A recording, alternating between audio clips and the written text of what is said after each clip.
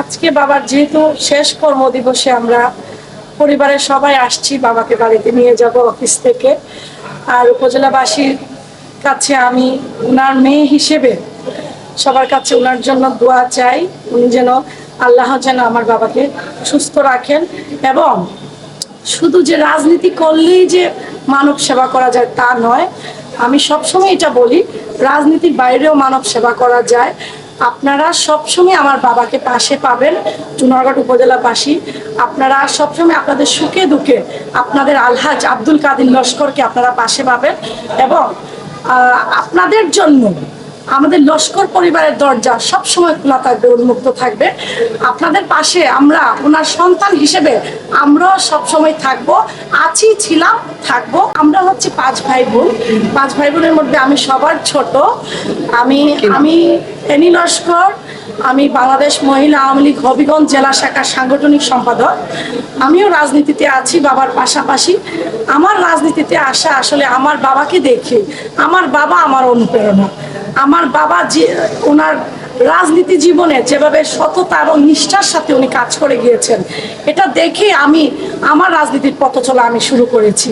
এবং আপনাদের কাছে এই দোয়াটুকুই চাই, যেন আমিও বাবার মতো আমাদের চুনারগড় উপজেলাবাসীর পাশে সবসময় থাকতে পারি, দুঃখে সুখে। আচ্ছা, একটা বিষয় হচ্ছে আমরা জেনেছি যে আপনি সংরক্ষিত আসনের যে টিকিট সংগ্রহ করেছিলেন। জি।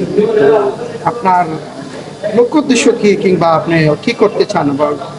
আপনার বাবার মতোই কি মানে জনসেবায় কি কাজ করতে চান, নাকি অন্য কোনো কর্ম পরিকল্পনা আছে? জি, ধন্যবাদ আপনাকে। আমি আসলে বিগত আমাদের সংসদ নির্বাচনে আমি চেয়েছিলাম নারী সংরক্ষিত আসন হবিগঞ্জ মৌলভীবাজার থেকে। যাই হোক, মাননীয় প্রধানমন্ত্রী যাকে মনে করেছেন মনোনীত করা, মাননীয় প্রধানমন্ত্রী ওনাকে মনোনীত করেছেন একজন মুক্তিযোদ্ধা মহিলাকে। এটাকে আমি সবসময় সাধুবাদ জানাই যে মাননীয় প্রধানমন্ত্রী যাকে পছন্দ করেছেন তাকে দিয়েছেন। অবশ্যই মাননীয় প্রধানমন্ত্রী আমাদেরকে, যারা আমরা আওয়ামী লীগ পরিবারের সন্তান, যারা আমরা রাজনীতি পরিবারের সন্তান, যারা বঙ্গবন্ধুর আদর্শকে আমরা বুকে ধারণ করছি, আমরা অবশ্যই মাননীয় প্রধানমন্ত্রী আমাদেরকেও মূল্যায়ন করবেন একদিন না একদিন। আমি চাই আমার বাবার মতো আমিও যেন মানব সেবায় সবসময় নিয়োজিত। আচ্ছা, আপনি কি করছেন? আপনি কোথায় থাকছেন? আমি এখন বর্তমানে ঢাকায় থাকি। আমার স্বামী হচ্ছেন বাংলাদেশ জাতীয় দলের একজন ক্রিকেটার, এখন সাবেক হয়েছেন। উনি এখন বর্তমানে বাংলাদেশ জাতীয় দলের সাথে কোচ হিসাবে নিয়োজিত আছেন, এবং আমাদের গ্রেটার সিলেট বিভাগের উনি হেড কোচ দায়িত্ব পালন করছেন। নাজমুল হোসেন আমার স্বামীর নাম, পেস বোলার ছিলেন। আমি স্বামীর সাথেই ঢাকায় আছি, এবং ঢাকায় থাকলেও নারীর টানে, আমি চুনারগড়ের টানে আমি অন্যান্য বোন ওরা কোথায় কি করছে? আমার বোনরা ওরা সবাই হাজব্যান্ডের বাসায় আছে, সবাই স্বামী ঘর করছে।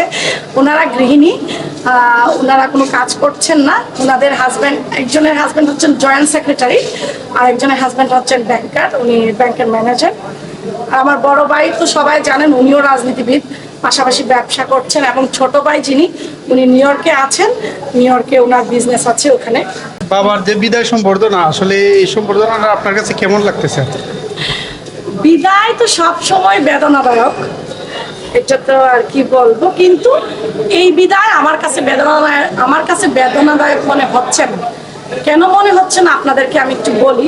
কারণ আমার বাবা দেখেন রানিং অবস্থায়, আমার জানা মতে বাংলাদেশে কোথাও আছে কিনা আমি জানি না, একজন রানিং উপজেলা চেয়ারম্যান উনি নির্বাচন করেন নাই। আমরা চাচ্ছি পরিবারের পক্ষ থেকে ওনাকে আমরা কিছু বিশ্রামের প্রয়োজন ছিল ওনার, এই জন্য আমরা ওনাকে বিশ্রাম দিতে চাচ্ছিলাম। তো এই জন্য আমাদের পরিবারের পক্ষ থেকে এবার ওনাকে নির্বাচন আমরা করাই নাই। তো যাই হোক, আমার বাবা তো ফেল করে আর বিদায় নিচ্ছি না। আমরা নিজের ইচ্ছায় এবার বাবাকে উপজেলায় দেই নাই আর কি। ইনশাল্লাহ উনি যদি জীবনে বেঁচে থাকেন, আপনারা ওনাকে পাবেন আবার উপজেলা চেয়ারম্যান হিসাবে বা এমপি হিসাবে, ইনশাল্লাহ।